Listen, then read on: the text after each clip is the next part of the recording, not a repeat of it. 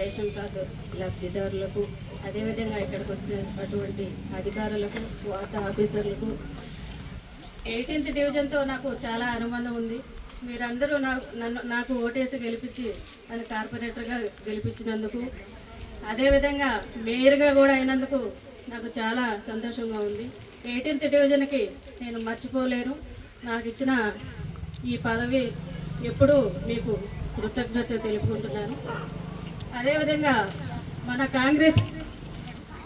కాంగ్రెస్ ప్రభుత్వం వచ్చిన తర్వాత మన ముఖ్యమంత్రి రేవంత్ రెడ్డి గారు ప్రవేశపెట్టినటువంటి వైట్ రేషన్ కార్డులను ప్రతి ఒక్కరికి లబ్ధిదారులకు చేకూర్చేలాగా లిస్టులో ఎవరైతే పేర్లు వచ్చినాయో వాళ్ళని ఇదే కాదు, నెక్స్ట్ టైం కూడా వైట్ రేషన్ కార్డు ఎప్పుడు నిరంతర ప్రక్రియగా ఎప్పుడు ఉంటుంది.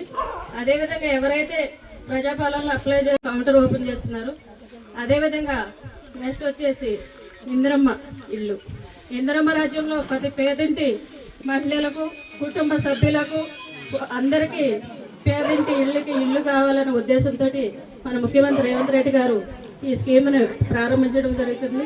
అదేవిధంగా ఏదైతే ఇందిరమ్మ కమిటీ లిస్టులో ఈ పేర్లు అయితే ఎవరికైతే వచ్చినాయో రాని వాళ్ళు ఎలాంటి వారు అయితే ఉన్నారో నెక్స్ట్ టైం కూడా అప్లై చేసుకోవచ్చు.